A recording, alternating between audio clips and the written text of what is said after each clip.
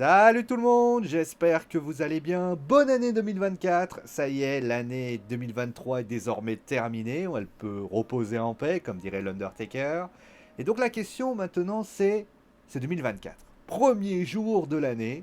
Et donc on va tout simplement, tenter de faire à la fois un bilan de l'année 2023, des deux fédérations qu'on va suivre forcément, la WWE à droite et bien sûr la AEW à gauche. Et nous allons essayer de savoir, c'est nos attentes. Qu'est-ce qu'on attend pour cette année 2024 et qu'est-ce qu'on aimerait pour ces deux fédérations. Alors, c'est ce qu'on va essayer de savoir. Alors, on va commencer tout de suite avec la AEW et après, on terminera avec la WWE pour en tout cas un bilan global de ce qui s'est passé. Alors, on va commencer tout de suite avec la AEW.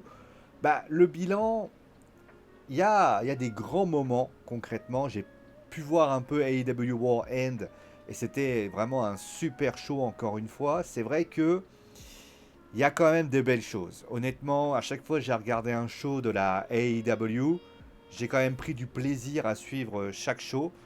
Il y a eu quand même d'énormes matchs qui ont été proposés. Je pense à Adam Cole contre MJF.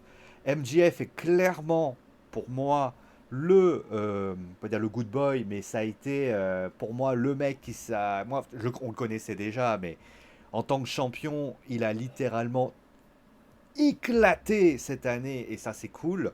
Il a également fait son face turn et on s'attendait voir justement comment ça allait se passer. Et la AEW a su concrètement changer les choses pour le rendre assez attractif. Et puis il y a eu également concrètement la présence aussi de superstars qui sont venus. On sait que Will Ospreay va arriver. On a continué encore une fois à augmenter le roster concrètement. Il y a notamment aussi des petits jeunes qui continuent à travailler et à bosser. Alors, je suis un peu déçu de certaines choses, on va y revenir après. Mais concrètement, je suis quand même globalement assez satisfait de la tournure des événements. Je pense par exemple au premier titre de Samoa Joe, mais également qui a notamment un titre suprême qu'il n'avait pas réussi à avoir à la WWE. Je pense par exemple à Julia Hart, pardon, qui a récupéré la ceinture. Il y a Tony Storm qui a fait quand même un règne intéressant. Et globalement, on a été globalement assez bien servi. Il y a des bons jeunes prometteurs et prometteuses, pour ainsi dire. Après, au niveau des déceptions, on a tout simplement, je pense, en tout cas c'est mon avis, je pense qu'on a trop voulu tout mettre partout et ça s'est pas très très bien passé. C'est-à-dire que donc ils ont perdu Jet Gargill, mais bon voilà. C'était pas une lutteuse. J'en parlerai d'ailleurs quand j'irai à la WWE. Mais concrètement, du côté de la AEW, j'ai l'impression qu'ils ont voulu faire de la WWE dans le sens où ils ont voulu élargir au maximum. Et j'ai envie de dire que c'est quand même un constat d'échec. Concrètement, Collision ne fonctionne pas bien, hein, c'est un show excessivement décevant et ils n'arrivent pas à faire évoluer le show pour le faire grimper. Ça, c'est quand même un gros problème parce que quand tu as un show qui fait 600 000, c'est l'équivalent de ce que fait NXT. Vous voyez, c'est quand même un petit peu décevant. Dynamite fait à peu près les mêmes scores. Ça aussi, c'est une déception. La AEW n'arrive toujours pas à avoir un train de la hype. Même alors qu'ils ont récupéré quand même, ça on peut le dire, des lutteurs comme Christian, comme Edge, Adam Copeland. On peut citer aussi, par exemple, aussi Ric Flair qui passe de ci, de là. On pense notamment à pas mal de lutteurs qui ont été présents. Will Ospreay qui va arriver, Jay White, puisqu'ils ont toujours cette association aussi avec la New Japan Pro Wrestling. On pourrait imaginer peut-être des lutteurs qui pourraient peut-être venir, enfin être intéressés par rapport à ça. Pas du tout. On garde encore cette situation. Alors après, il y a des raisons, disons, historiques, dans le sens où les gens sont attachés par la WWE, mais également, je pense aussi à la conjoncture. Je l'avais expliqué dans une vidéo, je crois que c'était celle de SmackDown, où je me suis dit, concrètement, les gens sont moins catch qu'avant. Ah, on est moins sur le catch, on est moins sur cette envie de regarder du catch, de s'intéresser au catch, parce que certainement la mode est passée et que c'est plus trop le cas. Il manque encore un relance et la AEW forcément est impactée par rapport à ça. Voilà, concrètement, c'est une année qui, En fait, c'est une année qui est un peu bizarre, c'est-à-dire que l'année est plutôt bonne dans sa globalité, mais elle évolue pas en fait. C'est-à-dire que les choix qui ont été mis en place, par exemple la Ring of the North, ils ont racheté la Ring of the North. C'est une super idée parce que la fédération avait besoin de quelque chose. Mais le problème, c'est que la, ça reste, c'est pas dingue en fait. Moi, j'ai pas plus été hypé que ça. Je me suis pas dit ah ouais putain ça y est. Non, ça manque de quelque chose.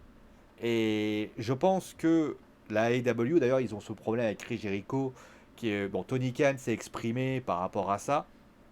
On va voir justement comment ça se passe. Mais c'est vrai que moi, je suis désolé, même ça, ça donne pas de la bonne publicité. Ils se sont un peu enlevés. Il y a aussi le problème CM Punk qui a aussi un peu pollué la situation. Il y a aussi des casseroles que se crée la AEW et dans une fédération assez jeune, ça peut vite poser des problèmes dans cette histoire-là. Et je répète à nouveau, une fédération qui n'arrive pas à se trouver, à avoir un vrai impact, j'ai peur de la suite des événements. Alors après, bien évidemment, ça va venir. J'espère que cette fédération va continuer parce qu'elle doit continuer. C'est important d'avoir de la concurrence. La TNA aussi va donner justement, va redevenir la TNA et ça c'est cool. Donc ça c'est cool pour ainsi dire. Donc voilà. Il faut 2024 là, il faut mettre un voilà, Will Ospreay va arriver, il faut peut-être essayer peut-être de trouver voilà, trouver de vraies forces. Il y a aussi voilà d'autres choses. Je parlais par exemple de Kenny Omega qui doit encore se faire opérer. Ça aussi, c'est un vrai problème. Il va falloir voilà, il va falloir un truc parce que ils peuvent pas rester dans cette situation avec des audiences si faibles. Je veux dire TNT et TBS au bout d'un moment, ils veulent quelque chose hein, pour ainsi dire. Bon, du côté de la WWE, bah, ça a été un petit peu étrange puisque bah, on va commencer tout de suite avec le gros problème de la WWE. C'est pour ça que je dis que la AEW et la WWE sont de vases communicants. Bon, ils ont perdu Edge, concrètement, mais bon, ça à la limite, c'est pas plus mal. Mais d'un côté, enfin, c'est pas plus mal. Il avait besoin de voir autre chose, il a vu autre chose. Et je lui souhaite le meilleur, et la WWE lui offrait plus, c'est pas plus mal, il faut qu'il aille voir autre chose. Pour ce qui s'agit de la WWE, on va parler aussi de deuxième chose qui ne me convainc pas, c'est bien évidemment que bah, SmackDown, concrètement. Bah, SmackDown qui avait fait plusieurs bonnes années, mais qui semble vraiment marquer le pas. Alors c'est le show qui a le plus de meilleures audiences, mais c'est certainement le show qui bah, délivre le moins de bonnes choses. Là, honnêtement, avec deux champions globalement absents, là Roman Reigns et Logan Paul, ça aussi c'est quelque chose qui m'a pas mal énervé concrètement. Bah, concrètement, tu peux avoir un qui peut être pas là, à la limite tu compenses par le titre mineur, mais là tu as les deux titres. Et ils n'ont pas de ligne directrice par rapport à tout ça. C'est la différence de Raw. Raw qui est monté en puissance au fil des mois, c'est-à-dire qu'ils ont commencé très faible, c'était pas beau, c'était pas bien. Triple H avait raté sa route vers WrestleMania bien comme il faut, alors qu'à SmackDown, il y avait quand même des choses intéressantes, ça bossait bien. Ils ont notamment fait l'erreur, mais ça a été une erreur d'avoir vouloir mettre Roman Reigns contre Cody Rhodes, ça a été une erreur, je sais pas s'ils vont continuer la même chose. Et puis il y a eu, à ce moment-là, Raw s'est un peu retroussé les manches. Ils ont notamment, on le rappelle, hein, splitté les ceintures pour permettre justement de rendre quelque chose de plus attrayant. Ils ont quand même mis des clans qui sont quand même plutôt intéressants. Je pense par exemple au Judgment Day qui supplée bien concrètement à la Bloodline du côté de SmackDown. D'ailleurs, la Bloodline qui 2024 a été une déception totale parce que c'est monté très fort avec la Bloodline puis c'est redescendu comme jamais ça a été fait. Donc ça a été quand même une déception à bien des égards. Et puis bah, il y a eu également bah, au niveau des déceptions, bah, comme je l'ai dit, on reste sur une année, on a l'impression... Voilà, il y a eu aussi bien sûr TKO, il y a eu aussi des déceptions de catcheurs, par exemple Austin Theory, qui finalement avait bien commencé l'année avec battant John Cena, mais qui... On a l'impression, voilà, c'est un peu l'idée. On ne sait pas trop ce que la WWE... On dirait qu'il y avait eu... Voilà, il y a eu deux mains. Et ça s'est un peu confirmé. Comme il y a eu deux mains utilisé, parce qu'il y a eu Vince McMahon qui a mis un peu son grain de sel à un moment donné, puis après TKO à un moment donné, Endeavor a mis un peu en disant c'est Triple H qui gère, Il y a eu pas mal de petites choses qui ont été étranges. D'ailleurs, on vient d'apprendre, je l'ai fait la news il y a quelques minutes, que Kevin Dunn, le bras droit de Vince McMahon, est parti. Donc ça veut dire ce que ça veut dire. C'est qu'il y avait certainement quelque chose qui n'allait pas dans la conjoncture. Là, Triple H a repris la main et Triple H, concrètement, bah aussi, c'est une déception dans le sens, on sent pas la patte Triple H. Moi, j'attends toujours cette patte. Alors, il y a eu une légère patte à Raw. Là, il commence à retrouver quelque chose. Je reviendrai notamment c'est dans les points positifs. Mais concrètement, je suis quand même globalement assez dubitatif par rapport à ce qui s'est passé. Au niveau des déceptions, j'ai pas grand chose à dire de plus. Bah, finalement, c'est la fédération qui a réussi son coup dans le sens où elle a quand même récupéré CM Punk. Mais concrètement, c'est pas trop, ça reste une énigme pour ainsi dire. Mais concrètement, je suis globalement voilà, il y a eu. Il y a quand même. On va voir comment ça va se passer cette année 2024, qui sera vraiment une année complète pour Triple H et sa route vers WrestleMania. Il pourra pas dire que Vince McMahon est dans les parages. Mais concrètement, voilà, il faut. Là, je commence un peu avec 2024, mais pour les déceptions, voilà, il y a eu ça. Il y a eu également un manque voilà, je pense que ils se sont un peu embrouillés. C'est un peu bizarre parce que c'est quand même finalement, mais ils se sont un peu embrouillés et cette embrouille a comme qui dirait un petit peu foutu un peu le bordel. Ils ont remis les choses à plat, pour ainsi dire. Après, j'ai quand même une déception aussi, c'est les titres par équipe. Parce que bah, le Judgment Day, alors ils défendent. Hein. Ah ça pour défendre, ils défendent. Hein. Mais alors c'est le bordel dans la division de par équipe, on ne sait pas vraiment ce qu'il en est. Il va falloir quand même voir quelque chose. Je suis quand même globalement déçu du titre, des deux titres féminins. C'est vrai que les règnes, dans sa globalité, c'est pas dingue. Hein. Gunther a fait un peu lever le terrain. Ça a été un peu mieux. Seth Rollins a bien géré aussi. Il y a eu quand même de belles rivalités. Mais sinon, les deux titres féminins, Yo Sky, c'est pas mal. D'ailleurs, c'est très intéressant. C'est qu'on a eu à Raw des lutteurs qui, entre guillemets, nous permettaient finalement de voir quelque chose. Je pense à Seth Rollins qui affronte maintenant Drew McIntyre. Mais avant, il avait affronté Shinsuke Nakamura. Il avait affronté Finn Balor. On voit notamment aussi des Triple H guys qui sont présents. Après, c'est vrai que je le redis, hein, Roman Reigns qui est absent, c'est pas possible. Je veux dire, j'ai rien contre lui, mais Roman, c'est. Il faut que Roman soit là, faut qu'un titre soit là. Encore quand il n'y en a qu'un seul, ça va. Mais là, les deux, alors les petites vignettes de Logan Paul suffiront pas, voilà, à faire quelque chose. Voilà. Après, l'histoire. Oh oui, juste pour terminer, avec l'histoire des clans, ils ont pris notamment, alors ils ont brisé. Là, ils veulent faire un clan avec Santos Escobar. On peut imaginer que Rey Mysterio, Carlito aura également la LWO qui sera présent également. Ils ont fait le Judgment Day, ils ont mis la Bloodline, ils ont également essayé de créer. Il y a Damage Control du côté du roster féminin avec finalement, voilà, ça, c'est pas. En fait, ils veulent créer une sorte de clan japonais. C'est ce que font les Japonais et notamment ce que fait aussi un peu la AEW. Mais concrètement, là où la AEW se débrouille un peu mieux dans le sens où ils ont compris un petit peu comment faire. Du côté de la. D'ailleurs, il y a un nouveau clan qui s'est créé avec Adam Cole, avec le Diable. Mais concrètement, du côté de la WWE, ils n'ont pas cette culture du clan concrètement. Et c'est vrai que c'est problématique pour ainsi dire. Voilà. Qu'est-ce que j'ai à dire de plus sur la WWE en point négatif? Pas plus que ça, hein, concrètement. NXT, pareil, c'est pareil, c'était un peu crescendo, et puis finalement, ça allait un peu mieux au fur et à mesure. Dans cette histoire-là, NXT était bien mieux, NXT s'est mieux débrouillé. Franchement, aussi l'idée de mettre finalement des lutteurs. Là, il y a comment dire, Dragon Lee qui fait un peu des titres, c'est bien, ça c'est une bonne initiative aussi de faire venir d'anciens lutteurs, enfin des lutteurs du roster principal justement pour aider à faire hausser le niveau. Ça c'est bien, on a un bon manager général qui est. Ah oui, des managers généraux notamment du côté de la WWE, là c'est plutôt une bonne idée. On voit notamment que Nick Aldis est plutôt une bonne initiative, Adam Pearce reste lui-même et c'est pas mal. Les titres féminins par équipe aussi, c'est une déception, mais il y a quand même plus d'entrain dans cette histoire-là. Ça c'est cool.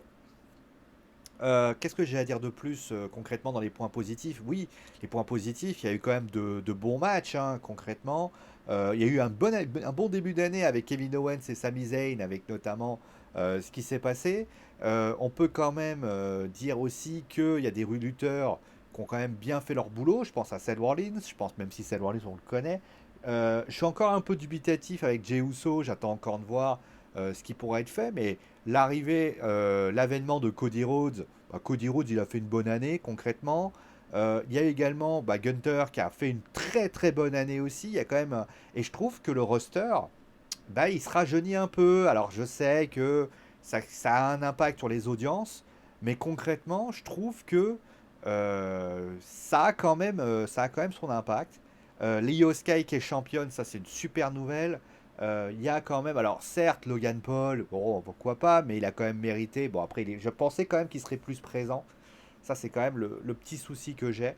Il y a également Rhea Ripley qui reste championne, le Judgment Day qui a fait son boulot.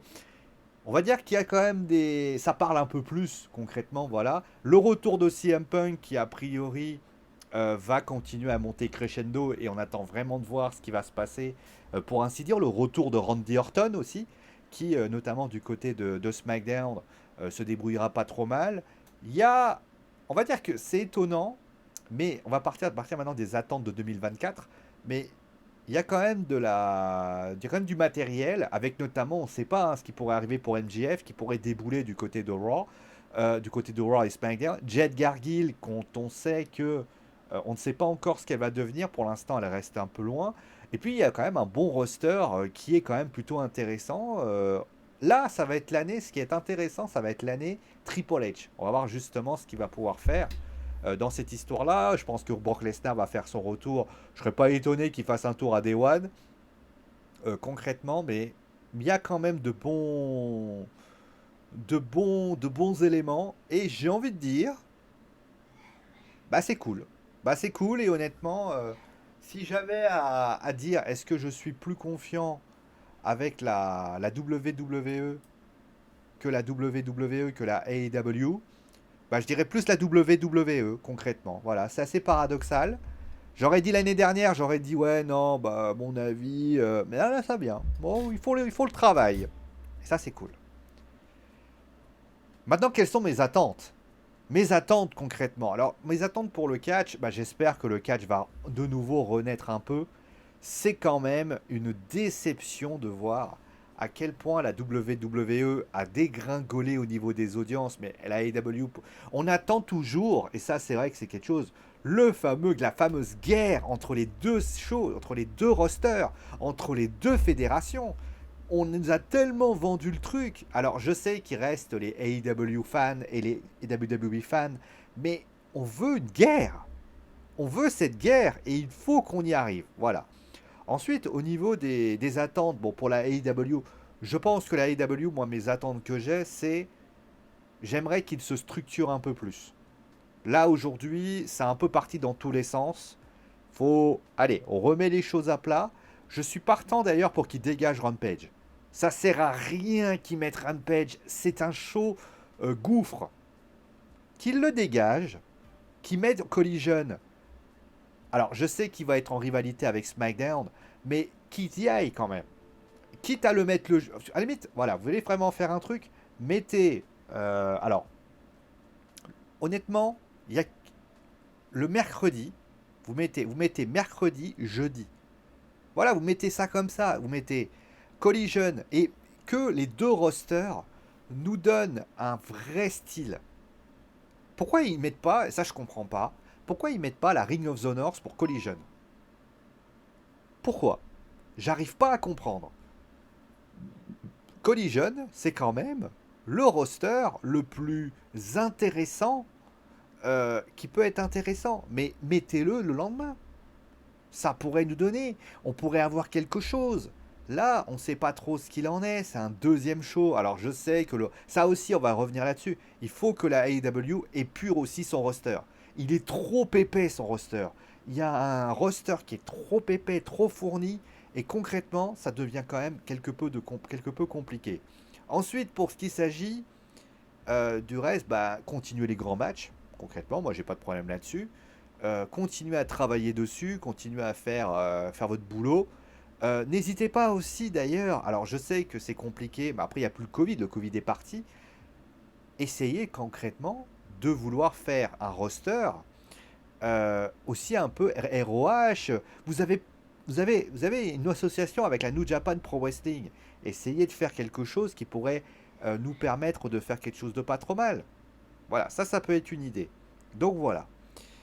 Au niveau des... Voilà ce qu'il en est. Après, moi j'attends quand même alors, de voir ce que va proposer Samoa Joe. Qu'un peu déçu concrètement, j'ai dit avec Christian. Christian, c'est un papy brossard, TNT champion. Non, il faut lui donner autre chose, hein. Excusez-moi, quand Darby Allin ou quand il y avait... moi je trouvais ça logique, tu sais, c'était l'avènement. Faut aussi un petit peu aussi, ça par contre on va le dire, Sting va prendre sa retraite, qui va prendre le relais. Et aussi, moi, ce que j'aimerais savoir, c'est qu'est-ce qu'on va faire. Ici, il y a aussi, il va falloir aussi faire la transition parce que Bryan Danielson ne sera pas éternel. Il va falloir trouver quelqu'un justement pour pallier à ça. Et c'est ce que je disais, il faut aussi, il y a plein de titres partout, mais ils sont pas bien mis en valeur. Et ça, c'est vrai que c'est quand même quelque chose de compliqué. Ensuite, du côté de la WWE, Triple H met les gaz, hein. Mais les gaz, à un moment donné, ça y est, Vince est plus là. Enfin, Vince n'est plus là pour t'emmerder dans ton roster. Là, tu peux plus te permettre de te cacher derrière lui à un moment donné. T'as fait du bon boulot du côté de Raw. J'attends quelque chose du côté de SmackDown. On attend justement de voir, parce qu'on a beaucoup de shows étrangers. Je pense par exemple à Backlash du côté de la France et Batch of the Berlin du côté bien de tout ça. Il y a un show aussi en Australie avec Elimination Chambers. Vous exportez, ça c'est cool. Il y aura forcément un show à Londres, je serais pas étonné aussi. Mais concrètement, j'attends de la part de la WWE de nous offrir du plaisir. Là, ils ont fait du bon boulot à Raw. Allez, mettez les chevaux à SmackDown. Et je pense que le Royal Rumble déjà va nous donner la première pierre à nous donner envie. Et puis pour terminer, c'est ce qui va se passer notamment du côté de WrestleMania. Je pense que ça va être le premier moment. WrestleMania, les audiences forcément augmentent toujours un peu plus parce que les gens ont envie justement de savoir ce qu'il en est. On va savoir ce qui va se passer. T'as Day One qui va arriver. Il y a un champion qui devrait arriver. On verra ce qui se passera. Je mise beaucoup sur Brock Lesnar. Donc voilà ce qu'il en était. Mais concrètement, il faut nous en mettre plein la vue en fait. Il faut nous en mettre plein la vue. Là, il y a concrètement Randy Orton qui devrait affronter Roman Reigns. Je serais pas étonné. Il y a aussi des bons lutteurs qui se sont bien révélés aussi. Je pense à LA Knight qui a fait du bon boulot. Je pense par exemple à AJ qui est revenu et justement on va voir comment ça va se passer. Je pense par exemple aussi à des lutteurs du côté à Gunther, qui va peut-être falloir à un moment donné qu'on réfléchisse à ce qu'il va pouvoir faire parce qu'il ne pourra pas rester champion intercontinental toute sa vie. Je pense par exemple à Carmelo Hayes qui a fait un bon boulot, notamment avec le fameux tournoi. Je pense par exemple à Kevin Owens qui peut faire quelque chose d'intéressant. Sami Zayn, Jey Uso, qu'est-ce qu'on va faire de Jey Uso qui devra affronter son frère à WrestleMania, mais qu'est-ce qu'on fait après? Il y a quand même des bonnes choses à se mettre sous la dent. Maintenant, c'est aux officiels de réfléchir. Et être un officiel de la WWE, là, franchement, j'ai toujours dit, vous avez des autoroutes. Là, les autoroutes, faut les utiliser, faut les miser dessus, y aller, hein, parce que moi, honnêtement, je suis très dubitatif. Je suis très motivé. D'ailleurs, pour information, je terminerai avec ça. Va falloir réfléchir à ce qu'on va faire de Cody Rhodes et de CM Punk. Moi, je veux que CM Punk, qu'est-ce qu'on va en faire de lui? Il y a une rivalité qui va faire vraiment plaisir aux fans, c'est CM Punk contre Seth Rollins. Qu'est-ce qu'on va en faire? Il y a quand même pas mal de petites choses de ci, de là. En tout cas, moi, je suis très intéressé par la WWE, comme vous pouvez vous le constater. Alors, ça ne veut pas dire que la AEW, je ne suis pas absolument pas intéressé, bien au contraire. J'ai regardé, j'ai pas eu trop de temps aussi parfois à faire des débriefings, mais je regardais d'un coin de l'œil. Il y a du boulot, mais il y a plus des réajustements du côté de la AEW, là où la WWE doit nous offrir peut-être un roster beaucoup plus... Ils ont ce qu'il faut, ils ont les armes. Et vous savez, Bully Ray disait que la WWE avait peut-être le meilleur roster aujourd'hui. Je pense que c'est vrai. Après, il faut que les fans suivent. Sinon, si les fans ne suivent pas, ça va être compliqué pour ainsi dire. Voilà. Bon voilà, j'avais pas grand chose à dire de plus, pour ainsi dire, du côté du catch qu'on aime. On va se retrouver bien sûr mardi, enfin mardi hein, concrètement pour WWE Raw Day One. Parce que forcément, on va essayer de savoir ce qu'il en était, ce qu'il en est. Il y a pas de... Le foot reprend que le 3 janvier, donc c'est-à-dire le match contre Toulouse et le Paris Saint-Germain. D'ici là, moi, je vous souhaite bien sûr une bonne soirée, bonne année encore, bonne journée pour ceux qui... Bon appétit pour ceux qui voilà, regardent cette vidéo. Et concrètement, ben, à très vite, concrètement. Ciao tout le monde.